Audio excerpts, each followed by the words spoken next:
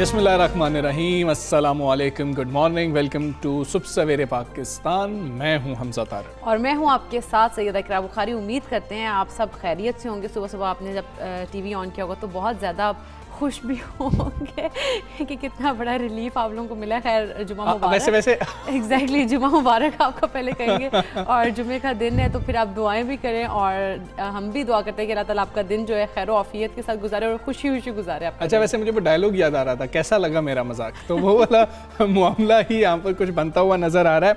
कुछ लोग relief package को तकलीफ पैकेज कह रहे हैं, कोई कुछ कह रहे हैं, कुछ कह रहे हैं, लेकिन वज़ीर आज़म साहब ने आपको पहले ही बताया था कि कीमतें बढ़ानी पड़ेंगी। आप ये तो देखें, मार्केट में इतनी ज़्यादा बढ़ रही है, हमारे तो इतनी है ही नहीं, हम तो भी बहुत नीचे हैं, हमें तो भी बहुत ऊपर जाना है। 250 का वो कह रहे थे कि 250 तो दूसरे मुल्कों में भी मिल रहा है, कई मुल्कों में 250 भी है, तो अभी तो हम लेकिन उस वक्त हम भूल जाते हैं कि हमारा रुपया कितना डीवैल्यू हुआ है, इस वजह से इतने का मिल रहा है वहाँ पर। अगर आप देखें तो वहाँ पर मतलब कि $0.85 का भारत में मिल रहा है तकरीबन, ठीक है। अब उनके रुपए क्या बनते हैं, 100 रुपए में मिल रहा है वहाँ पर। तो अगर आप देखें भाई, आपका रुपया इतना डीवैल्यू हो गया है, इस वजह से भी तो असरात आ रहे हैं ना। तो अगर आप ये कहें कि वो 250 का मिल रहा है तो आप उसको कंट्रोल कर लेते तो वो 250 वाला फिगर वो भी नीचे आ जाता। लेकिन खैर, अभी हुआ क्या है?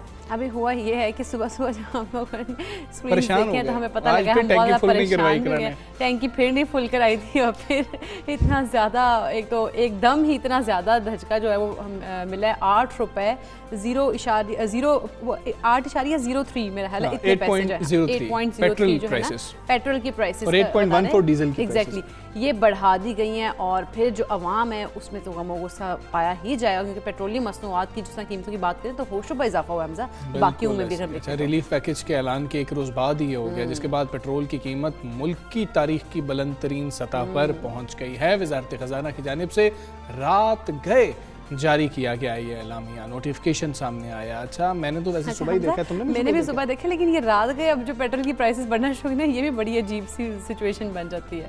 और पेट्रोल की कीमत में 8 रुपये 3 पैसे फी लीटर इजाफा किया गया, जिसके बाद पेट्रोल की जो नई कीमत है आप लोगों के लिए 145 रुपये 82 पैसे फी लीटर हो गई है। आप किसी भी पेट्रोल पंप से जाके बासानी 145 रुपये दे के 1 लीटर पेट्रोल ले सकते हैं। बिल्कुल ऐसी। अच्छा, वज़ारत ख़ज़ाना की जानिब से हमने पेट्रोलियम मसनूआत की कीमतों में इजाफे का नोटिफिकेशन जारी कर दिया गया और नोटिफिकेशन के मुताबिक हाई स्पीड डीजल की कीमत की बात करें तो वो 8 रुपये 14 पैसे फी लीटर उसमें इजाफा किया गया, जबकि मिट्टी के तेल की कीमत में 6 रुपये 27 पैसे से इजाफा किया गया और 116 रुपये 53 पैसे अब जो उसकी नई कीमत है वो हो गई है। अच्छा जी, ये सारी अब सूरत हाल है। इंटरनेशनल मार्केट को आप देखें तो बहुत ज़्यादा जो है, अब आप देखें वहाँ पर भी जो कीमतें हैं वो ऑल टाइम हाई चल रही हैं। इसके असरात यहाँ पर आ रहे हैं हमारे मुल्क के अंदर। इसी के साथ एहसन इकबाल साहब ने एक ट्वीट की थी कि भारत के अंदर 5 रुपये पेट्रोल और 10 रुपये डीजल जो है वो सस्ता कर दिया गया है। तो ये उनकी ट्वीट आई थी, तो उसके बाद मैंने उसको चेक भी किया, ये बात दुरुस्त है। इंडिया ने क्या किया कि एक्साइज ड्यूटी कम कर दी। अब उनकी स्टेट्स, मुख्तलिफ स्टेट्स के अंदर मुख्तलिफ रेट्स होते हैं, जिसमें फ्रेट चार्जेस आ जाते हैं, मुख्तलिफ वैल्यू एडेड टैक्सेस होते हैं, उसकी वजह से जो है ये मुख्तलिफ रेट्स होते हैं। हर स्टेट अपना रेट निकालती है, लेकिन उन्होंने एक्साइज ड्यूटी कम की है और वो अगर अपने डॉलर के मुकाबले पर देखें तो शायद अभी उधर टैक्स काफ़ी ज़्यादा लिया जा रहा है पाकिस्तान की गवर्नमेंट के मुकाबले में। भारत की गवर्नमेंट पेट्रोल के ऊपर टैक्स ज़्यादा वसूल कर रही है, पाकिस्तान की गवर्नमेंट पेट्रोल के ऊपर टैक्स कम वसूल करी, लेकिन उनकी करेंसी बहुत तगड़ी है। मामला यही वो चीज़ें हैं जिनको हम लोग फिर रिलेट करके हम जो है अपनी चीज़ें बढ़ा रहे होते हैं कि भाई वो भी तो इतना दे रहे हैं, हम ये नहीं दे रहे होते कि वो एक तरफ से अपनी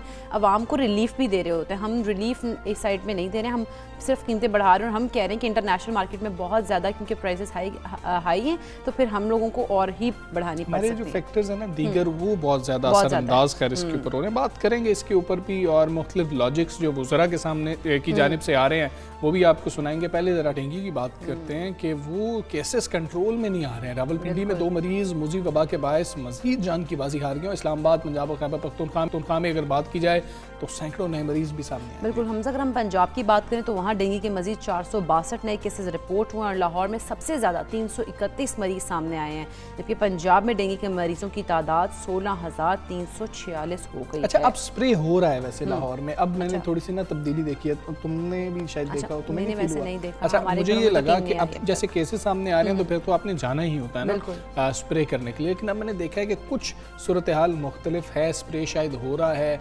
और ये फील किया गया है कि हमने शायद कोताही की, स्प्रे नहीं किया वक्त के ऊपर। अब मैंने देखा है कि कुछ जगहों पर, और बाकी लोगों से भी मैंने पूछा है, दोस्तों से, रिश्तेदारों से, वो उस एरिया में कर रहे हो ज़्यादा जहाँ से केसेस एग्जैक्टली ज़्यादा आ रहे हैं, वहाँ पे फिर चेक इन बैलेंस के लिए टीम्स भी जा रही होंगी, लेकिन फिलहाल मेरे एरिया में नहीं आई। अच्छा, तुम्हारे एरिया में एग्जैक्टली वहाँ पे भी नहीं। मैंने अपनी सोसाइटी में देखा है कि जी कि वो 2-3 दफ़ा स्प्रे हुआ है, वैसे शायद हाँ केसेस हुए आए हों तो उस वजह से। इस्लामाबाद में भी हम बात कर रहे हैं ना, तो डेंगू के वार जारी है, हालांकि वहाँ पर टेम्परेचर गिर चुका हुआ है काफी। एग्जैक्टली वहाँ पे तो ठंड ज़्यादा हो गई है, लेकिन उसके बावजूद केसेस वहाँ पे ज़्यादा हैं और मजीद 98 अफराद जो है वो डेंगू वायरस का शिकार हुए हैं। और दूसरी जानिब अगर हम खैबर पख्तूनख्वा की बात करें तो डेंगू वायरस के मजीद 227 केसेस सामने आए और पेशावर डेंगू से सबसे ज़्यादा मुतासर बताया जा रहा है। हाँ, और उधर मरीजों की तादाद 3,358 हो चुकी है और सूबे भर में मुतासर अफराद की तादाद 7,480 हो गई है। खैबर पख्तूनख्वा में डेंगू से अब तक 8 अमवात भी हुई हैं।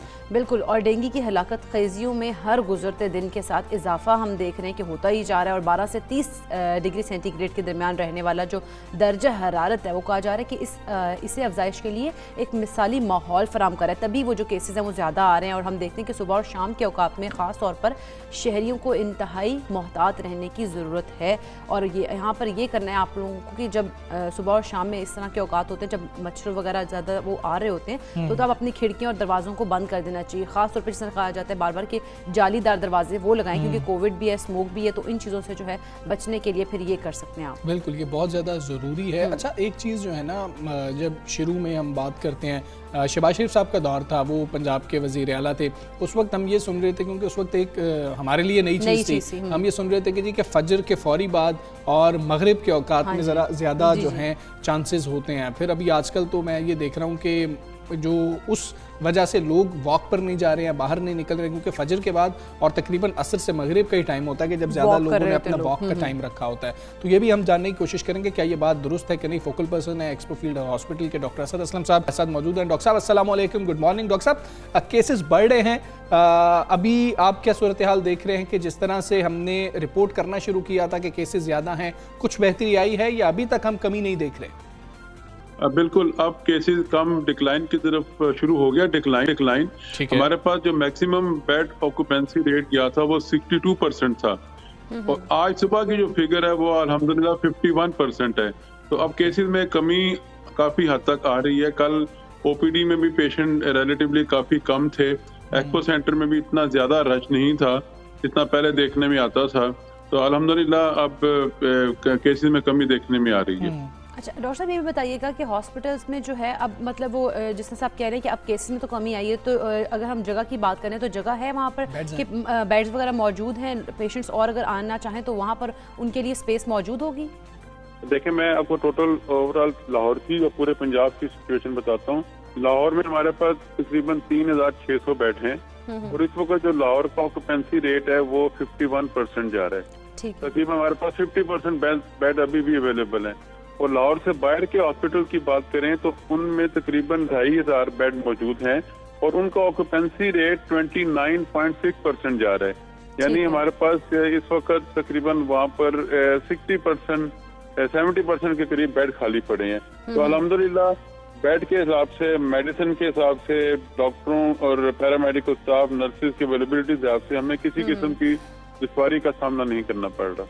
ठीक है डॉक्टर साहब, आपसे ये भी जानना चाहेंगे, एक तो वेदर के हवाले से कि टेम्परेचर अब गिर रहा है लेकिन केसेस उस तरह से नहीं गिर रहे हैं, एक तो ये बता दीजिएगा। दूसरा, हम पहले बात कर रहे थे जब आपने भी ज्वाइन नहीं हमें किया था कि ये हमने सुना था कि फजर के बाद और मगरिब के टाइम ज़रा ज़्यादा एहतियात करनी चाहिए बाहर निकलने से, ये बात दुरुस्त है? जी बिल्कुल, जो सुबह और शाम मगरिब के बाद ये मच्छर काफी उस वक्त बहुत ज्यादा एक्टिव होता है और उस वक्त ही काटता है। तो इसीलिए हम बार बार लोगों से दरख्वास्त करते हैं कि पूरी आस्तीनों वाले लिबास पहने, पूरी टांगों को, बच्चों को खास तौर पर ढांप के रखें ताकि बच्चों को आउटडोर एक्टिविटी बहुत ज्यादा होती है तो इसलिए उनको में भी ज्यादा खतरा होता है, बड़ों में भी उतना इक्वली डेंजरस है। तो इसलिए पूरे कपड़ों अपने जिस्मों को पूरी तरह ढांप के रखना चाहिए। और अब अल्हम्दुलिल्लाह टेम्परेचर भी कम हो रहा है, लेकिन मैं यहाँ पर आपको एक चीज ज्यादा चलूँ कि बेशक टेम्परेचर कम हो रहा है और 16 डिग्री के बाद ये काफी हद तक कमी देखने में आएगी, लेकिन आज जो मच्छर आज पैदा हुआ है उसने 1 महीना जिंदा रहना है, ठीक है नहीं। और इसलिए हम कहते हैं कि बार बार अपने घरों में पानी ना खड़ा होना दें, कम गमलों में, क्यारियों में गाड़ी बाहर होते हैं फौरन खुश कर दें। तो पानी स्टैग्नेंट क्लीन वाटर गंदा पानी में भी हो सकता है, लेकिन इस क्लीन वाटर को खड़ा ना होना दें। आज जो मच्छर मतलब 16 अक्टूबर 16 नवंबर को पैदा होगा तो 16 दिसंबर तक उसकी लाइफ है। इसलिए ये कि मच्छर मारने वाला स्प्रे भी जरूर करें।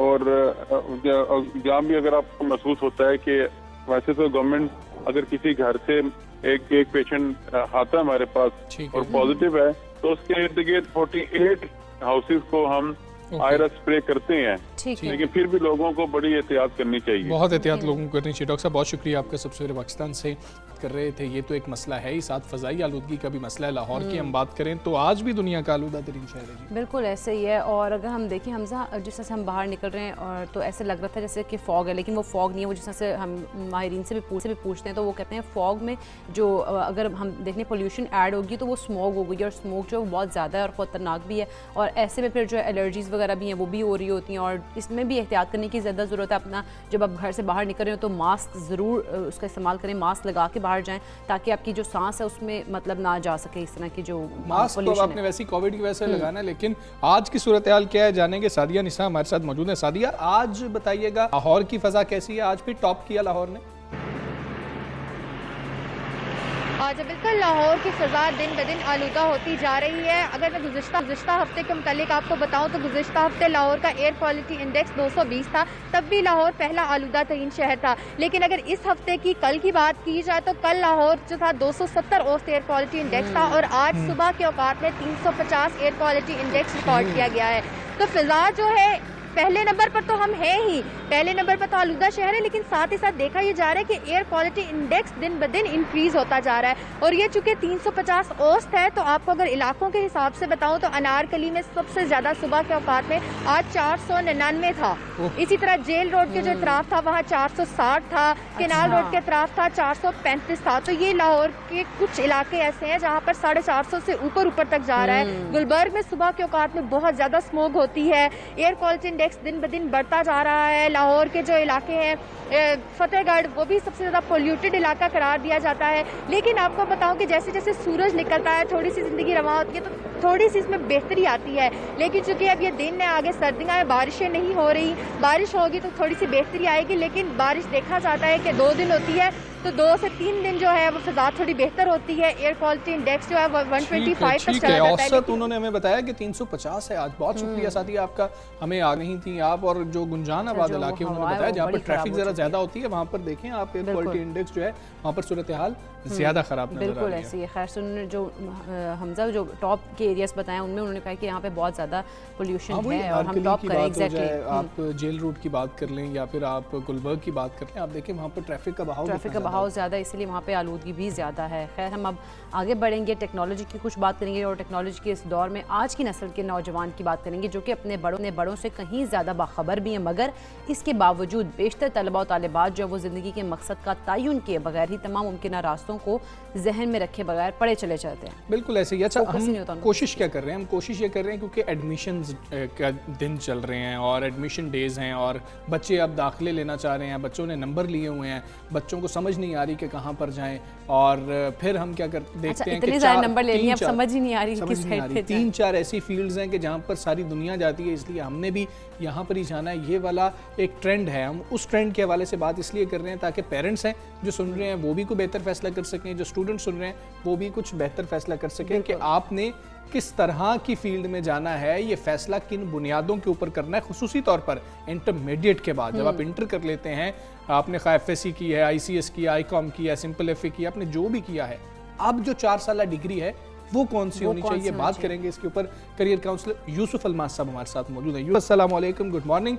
यूसुफ साहब, मामला ये है कि बच्चों ने इंटर कर लिया लेकिन अभी तक कुछ नहीं बल्कि ज़्यादा तादाद में बच्चे हैं जो तयन नहीं कर पा रहे कि हमें किस फील्ड में जाना चाहिए। ये बुनियादी फैसला किन बुनियादों पर होना चाहिए? जी, आपने कहा ज़्यादा तादाद, मैं आपको बताता हूँ सर्वे के मुताबिक 73% स्टूडेंट ऐसे होते हैं FA, FSC के कि जिनके पास कोई प्लान मौजूद ही नहीं होता सिरे से। ये बाकायदा सर्वे रिपोर्ट आपको बता रहा हूँ। और उसके बाद दूसरी चीज़ ये है कि जो उसके अलावा जो इनके पास कोई प्लान मौजूद है उनमें सिर्फ 5% हैं जो मेडिकल और इंजीनियरिंग के अलावा होते हैं, बाकी सब मेडिकल और इंजीनियरिंग की सोचे बैठे होते हैं। इस सारे सिनेरियो के अंदर अगर आप ये देखें कि हर साल 4.1 तकरीबन मिलियन स्टूडेंट जो है जो पास आउट हो रहा होता है या निकल रहा होता है, आगे की तरफ बढ़ रहा होता है, वो जा कहाँ रहा होता है? हमारी सोसाइटी में। अच्छा, इसमें एक बड़ी चीज़ ये सामने आती है कि जनाब हमारे पास पाकिस्तान में ऑप्शन ही कोई नहीं है, हमारे पास पाकिस्तान में कोई ऐसी, हम किधर जाएं, बच्चों को किधर भेजें, फ़लाँ चीज़ क्या।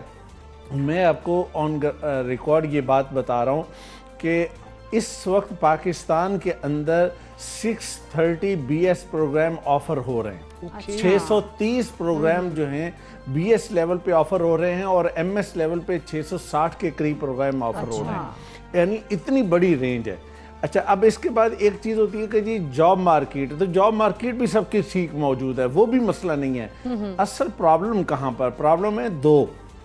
पहला प्रॉब्लम यह है कि इंफॉर्मेशन नहीं है, यानी हम इतना बॉदर नहीं करते कि मेरा बेटा है, मेरी बेटी है, जिसके लिए मैं सुबह से शाम तक मेहनत करता हूँ, सारी कोशिश करता हूँ, उसके लिए मैं 10 मिनट निकालूं और प्रॉपर बैठ के उसकी कोई इन्फॉर्मेशन लूँ या किसी ऐसे फ़र्द के पास जाऊं जो उस फील्ड का माहिर हो। मतलब हमें बुखार होता है तो हम डॉक्टर के पास जाते हैं, हमें कोई और प्रॉब्लम होता है तो हम कार्डियोलॉजिस्ट के पास जाते हैं, न्यूरो के पास जाते हैं। क्यों जाते हैं? इसलिए जाते हैं कि वो उन चीज़ों से वाकिफ़ होता है, वो हमें सही गाइड करता है। तो लिहाजा इन चीज़ों की बात। दूसरी चीज़ ये है कि हमें किस तरह करना चाहिए। ये आपने बड़ा अच्छा सवाल किया है। मैं आपको ये चीज़ बताता हूँ, मसलन हमारा ट्रेंड ये है कि अगर मैथ बहुत अच्छा है ना तो हम कहेंगे कि जनाब बच्चे को मैथ पढ़ा दें, बच्चे को जनाब मैनेजमेंट पढ़ा दें, बच्चे को जनाब इंजीनियरिंग में ले जाएं और बच्चे को CA करा दें। ये 4 फील्ड हमें मैथ के लिए हमें नज़र आते हैं, इसके अलावा कुछ नहीं नज़र आता। अच्छा, अब बच्चा एक जो है वो इंडोर काम करने वाला है, वो बच्चा मतलब इंट्रोवर्ट है अगर बिलफर्ज, तो हम उसको कहें कि भाई आप इंजीनियरिंग कर लें, तो वो इंजीनियरिंग में उसके नंबर भी अच्छे हैं, इंजीनियरिंग में दाखिला भी हो जाए तो वो इंजीनियरिंग में जाके कौन से तीर मार लेगा। हाँ, उसको अगर CA करवा देते तो वो बहुत अच्छा होता। इसी तरह एक क्रिएटिव बच्चा है, बहुत अच्छा बड़ा शार्प बच्चा है, उसको अगर आप ले जाके इंजीनियरिंग करवाएं या मैनेजमेंट कराएं, BBA करवाएं, तो वो वहाँ पे बहुत अच्छा परफॉर्म करेगा। इसी तरह जैसे आप माशाल्लाह दोनों जो हैं वो बात से बात निकाल रहे हैं और ख़ूबसूरत और आउटलुक, गुड आउटलुक लुकिंग के साथ आप यहाँ पे बैठे हैं और बात कर रहे हैं सारी चीज़, और यहाँ पे लाके एक ऐसे बंदे को कि जिसको बात से बात करना ना आती हो, जुमला बनाना ना आता हो, बात को उठाना ना आता हो, चीज़ को पकड़ना ना आता हो, अच्छा वो यहाँ पे स्क्रीन पे बैठ के क्या काम करेगा? ये अल्लाह ताला का एक निज़ाम है, अल्लाह ताला ने इस दुनिया को चलाना है, उसमें हर ज़रूरत के मुताबिक उसने इंसानों को पैदा किया है। हमें उन चीज़ों को तलाश करके उसके मुताबिक, अगर कोई टेक्निकल साइड का बच्चा है तो उसको ज़रूर टेक्निकल में भेजना चाहिए, अगर कोई बच्चा जो है वो मैनेजमेंट साइड का है तो उसको ज़रूर मैनेजमेंट में ही जाना चाहिए। अगर एक बच्चा जो है वो आपकी तरह एक एंकरिंग अच्छी कर सकता है, लेकिन सर ये तयन कैसे होगा कि ये बच्चा मैनेजमेंट साइड का बच्चा है? क्यों खामखा पे इधर बिठाते हैं? सर यूसुफ साहब, ये तयन कैसे होगा कि ये बच्चा मैनेजमेंट का बच्चा है, ये बच्चा CA कर सकता है, इस बच्चे को एग्रीकल्चर साइंसेज में जाना चाहिए, या कोई भी हो, ये बच्चा आर्ट की तरफ ज़्यादा बेहतर चला जाएगा? ये बुनियादी फैसला कैसे करना है, यही तो मुश्किल है। गाइडलाइन कैसे लेनी? हाँ, ये बुनियादी फैसले के लिए अल्लाह ताला, मैं बताता हूँ, इसके लिए 3 बुनियादी बातें होती हैं कि जिसको सामने रखना होता है। अल्लाह ताला ने हर इंसान को अपने ट्रेड्स रखे, मतलब बाप बेटे के डिफरेंट होंगे, भाई बहन के डिफरेंट होंगे, तो ये उसके सबसे पहले हमें उसके ट्रेड्स को देखना होगा।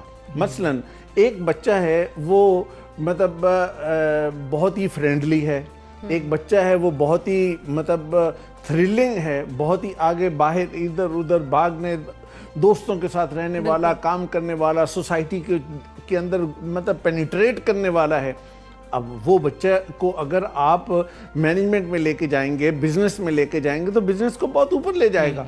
लेकिन वही बच्चे को अगर आप सीए में ले जाएंगे और उसको कहेंगे तो वो उसको तो जनाब सीईओ और सीएफओ कहेगा कि अच्छा भाई फलां रसीद कहाँ है और फलां वोचर कहाँ है। तो जी बिल्कुल, बहुत शुक्रिया आपका। सबसे पहले पाकिस्तान से कर रहे थे हम यहाँ पे ब्रेक लेंगे, वापस आते हैं ब्रेक के बाद।